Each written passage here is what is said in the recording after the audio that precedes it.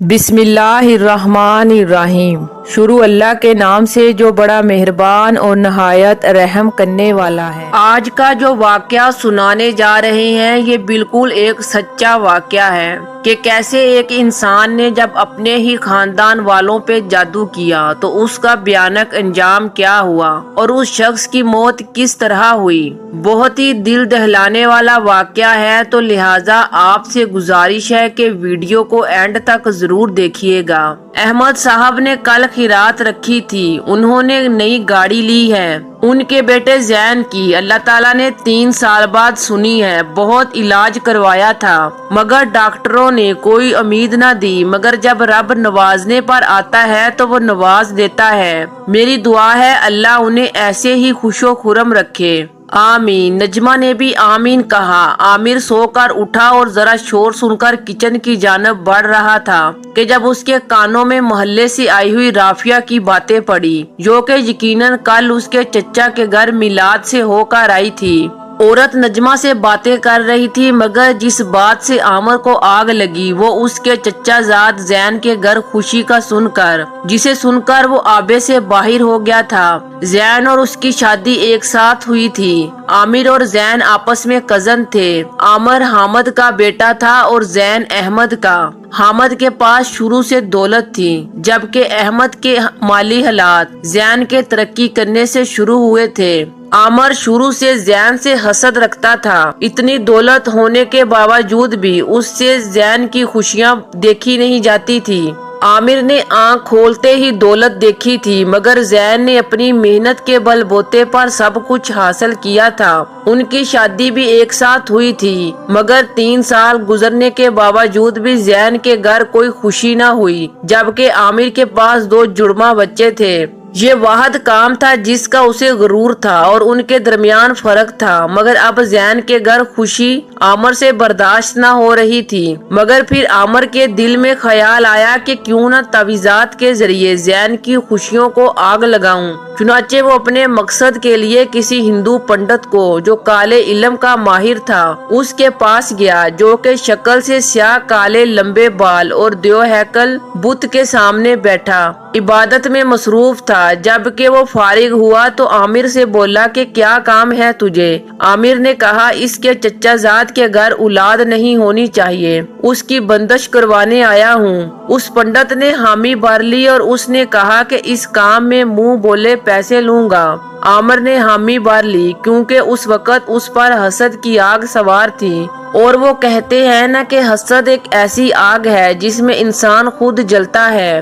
ایسے ہی کچھ عامر کے ساتھ ہونے والا تھا۔ پنڈت نے اس سے کہا ٹھیک ہے، میں تجھے ایک ہڈی پڑھ کر دوں گا جو تم نے ایسے بچے کی قبر میں دفنانی ہے جو پیدا ہوتے ہی مر گیا ہو، اور میں مزید کچھ کام اس پنڈت میں عامر کو بتائے، جو کہ اس نے اس کی ہدایت کے مطابق کر دیے۔ اس کے بعد پنڈت نے اسے ایک سندور کی ڈبیا دی اور کہا اسے چچا زاد یعنی زین کے گھر کے باہر یا اندر جہاں موقع ملے وہاں چھڑکنے کو کہا، اور خاص ہدایت کی کہ چاہے کچھ بھی ہو جائے تمہارے گھر سے کوئی بھی فرد اس کو نہ چھوئے، ورنہ بہت برا ہوگا۔ عامر نے سب کچھ سنا اور گھر آ گیا اور وہ سندور کی ڈبیا چھپا دی۔ اب عامر بہت مطمئن تھا کہ وہ زین کی خوشیاں برباد کرے گا، مگر قدرت کو کچھ اور ہی منظور تھا۔ خدا کی کرنی ایسی ہوئی کہ اسے اور نجمہ کو کہیں کام سے ضروری جانا پڑا، تو عامر نے بچوں کو دادا دادی کے پاس رہنے دیا اور خود دونوں چلے گئے۔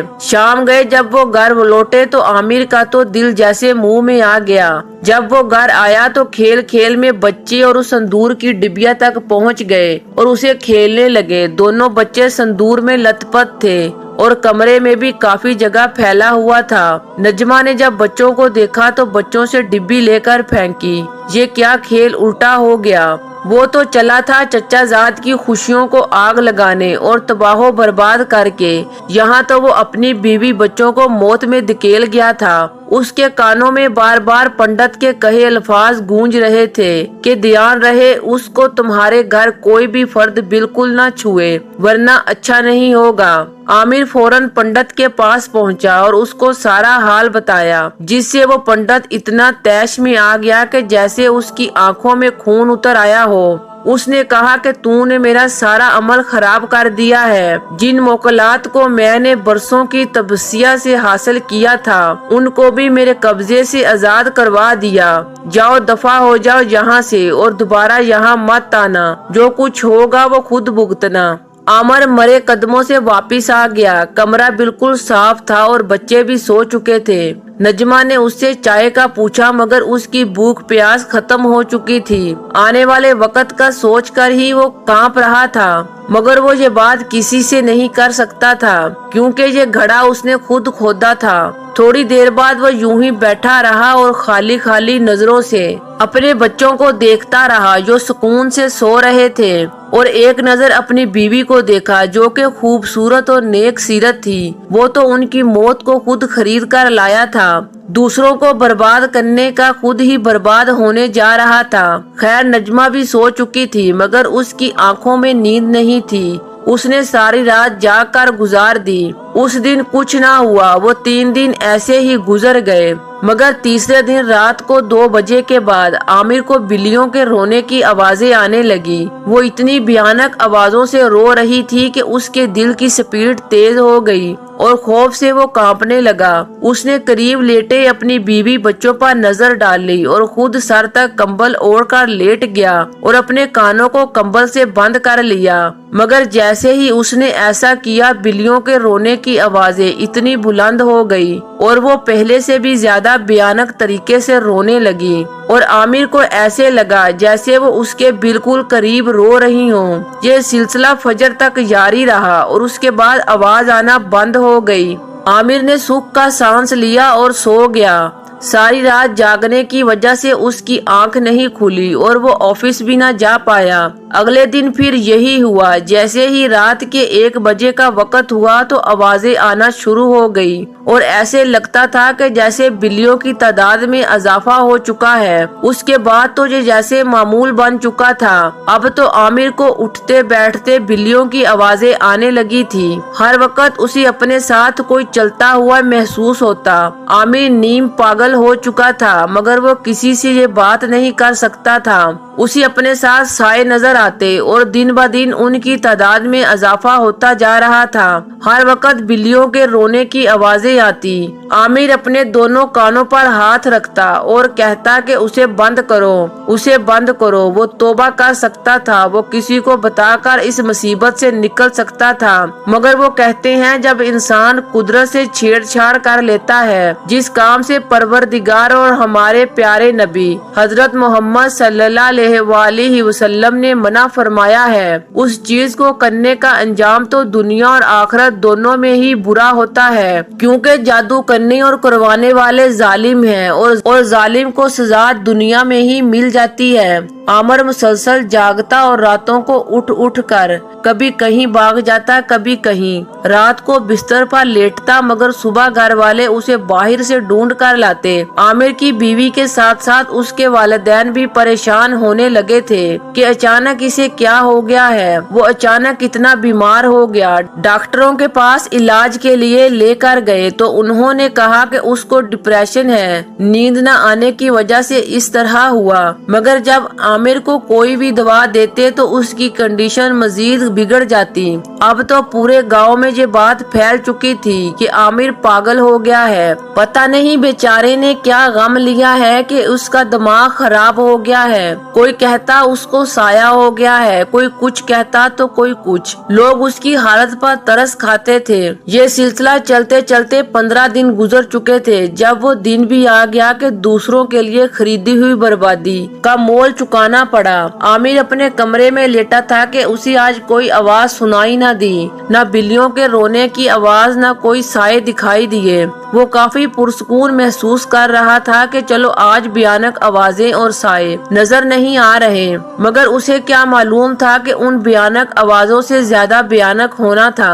پھر رات کے 2 بجے کے قریب عامر کی آنکھ کسی چیز کے جھنجھوڑنے پر کھلی۔ کیا دیکھتا ہے کہ وہ مکمل بے بس اپنے بستر پر لیٹا ہے۔ ہے اور اس کا بیٹا کسی کالے سائے کے ہاتھ میں ہے اور اس سائے نے اس کے بیٹے کی گردن کسی رسی سے باندھی ہے۔ دیکھتے ہی دیکھتے وہ اس رسی کو گروہ کو تنگ کرتا جا رہا تھا اور وہ گروہ اتنی تنگ کر دیتا کہ اس کے بیٹے کی آنکھیں باہر اگلنے لگتی اور اس کا بیٹا چیختا، اور پھر اگلے بیٹے کے ساتھ بھی یہی ہوا اور پھر اس کی بیوی کے ساتھ بھی یہی ہوا، اور یوں وہ عامر کی خریدی ہوئی موت مارے گئے۔ یہ سلسلہ ختم ہوا تو پھر سے وہ سائے اور بھیانک آوازیں آنا شروع ہو گئی اور وہ پھر سے کہنے لگا کہ بند کر دو، بند کر دو، اور چیخنا شروع کر دیا اور گھر سے باہر نکل گیا۔ حیرت کی بات تو یہ تھی کہ اس کے علاوہ نہ کسی کو آوازیں آتی تھی، نہ ہی رات میں اس کی چیخیں کوئی سنتا، سو وہ ہمیشہ کی طرح چیختا ہوا گھر سے باہر نکلا۔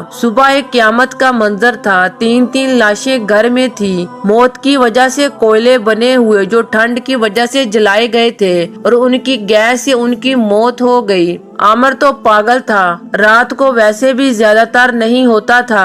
گاؤں والے اس پر ترس کھا رہے تھے کہ بیچارہ پہلے ہی پاگل ہو گیا تھا، اپنی بیوی بچوں کا غم اسے مزید پاگل کر دے گا۔ خیر عامر کے والد اور گاؤں کی کچھ لوگ اسے ڈھونڈ کر لائے اور اس کی بیوی بچوں کی تدفین کر دی گئی، مگر عامر کی سزا بہت لمبی تھی جو اسے کاٹنی تھی۔ پھر کیا تھا، یہ معمول بن چکا تھا، وہ سارا دن رات پھرتا رہتا، اچانک چیخنے لگتا اور پھر بھاگ جاتا تو عامر کے والدین نے اس کو اس کے حال پر چھوڑ دیا تھا، وہ ضعیف کر بھی کیا سکتے تھے۔ یہ سلسلہ ایسے ہی جاری رہا اور کوئی بھی سمجھ نہ پایا اس کا علاج کیا ہے۔ پھر ایک دن اسی جاننے والے نے عامر کے والد کو بابا جعفر کے بارے میں بتایا، جو عرصے سے قبرستان میں گورگن تھے اور علم بھی جانتے تھے۔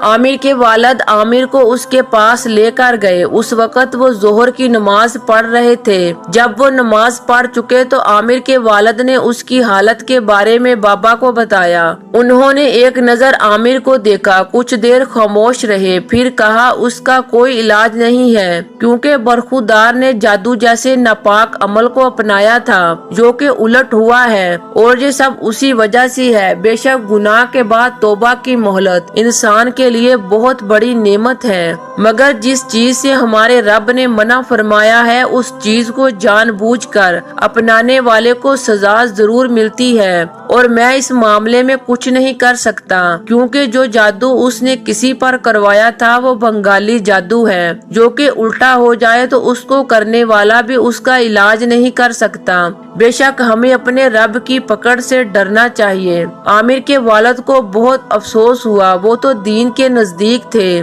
مگر ان کی اولاد نے شیطانی راستہ اپنایا۔ عامر کے والد اس کو لے کر گھر واپس آ گئے اور ان کی بوڑھی آنکھوں میں آنسو تھی کہ کہاں ان کی تربیت میں کمی رہ گئی، جو کہ ان کے بیٹے نے اپنے ایمان کو بھی خراب کیا، مگر وہ کچھ نہیں کر سکتے تھے۔ انہیں دلی افسوس ہوا تھا، کیونکہ انہیں سب حقیقت معلوم ہو چکی تھی۔ انہوں نے سب سے یہ بات چھپائی کیونکہ وہ نہیں چاہتے تھے کہ ایک ماں اپنے بیٹے سے بدگمان ہو۔ عامر کے چہرے پر زخموں کے نشان بن گئے تھے، ابھی وہ خود اپنے آپ کو مارتا اور اس کو نظر آنا کافی حد تک بند ہو گیا تھا اور وہ ہڈیوں کا ڈھانچہ بن چکا تھا۔ اور پھر ایک دن عامر 3 دن گھر نہ لوٹا۔ اس کے والدین نے جب پولیس میں رپورٹ کروائی تو 2 دن بعد پولیس اس کی ڈیڈ باڈی کے ساتھ گھر کے باہر موجود تھی۔ عامر کی موت ہو چکی تھی اور اس کی موت گندے نالے میں گر کر ہوئی تھی۔ اس کی لاش کی اتنی بری حالت تھی کہ کسی کو اس کا چہرہ دکھاتے تو وہ استغفر اللہ پڑھتا اور پیچھے ہٹ جاتا۔ لوگوں کو اس بات کا علم تو نہ ہوا کہ یہ سب کیا تھا، مگر سب اتنا ضرور کہتے تھے کہ اللہ تعالیٰ اتنی بری موت سے سب کو بچائے، پتہ نہیں کیا ایسا کیا تھا جو اس طرح مر گیا۔ عامر کی لاش اس قابل نہیں تھی کہ اس کو رکھا جائے، اس لیے اس کی جلد تدفین کر دی گئی اور وہ دنیا میں اپنے کیے کی سزا بھگت چکا تھا۔ حسد کی آگ میں جل کر خود ہی خاک بن گیا تھا، مگر آخرت کا سفر ابھی باقی تھا۔ اللہ پاک ہمیں معاف فرمائے اور ہمارا خاتمہ ایمان پر کرے، آمین یا رب العالمین۔ ناظرین محترم، آپ سے گزارش ہے کہ جادو جیسے ناپاک عمل کو بھی کبھی نہ اپنائیں کہ کسی کی خوشیوں کو دیکھ کر اپنے رب سے مانگے، نہ کہ اس ناپاک عمل سے کسی کو برباد کرنے کا سوچیں۔ بے شک انہیں بھی اس رب نے نوازا ہے اور اس رب سے مانگنے پر وہ آپ کو بھی نہ دے تو ایسا ہو ہی نہیں سکتا۔ امید کرتی ہوں آج کی ویڈیو آپ کو پسند آئی ہوگی۔ ویڈیو کو لائک اور شیئر ضرور کیجیے گا۔ اسلامک ویڈیو دیکھنے کے لیے ہمارے چینل کو سبسکرائب کریں اور بیل آئیکن کو ضرور پریس کریں تاکہ ہر نئی آنے والی ویڈیو کا نوٹیفیکیشن سب سے پہلے آپ کو ملے۔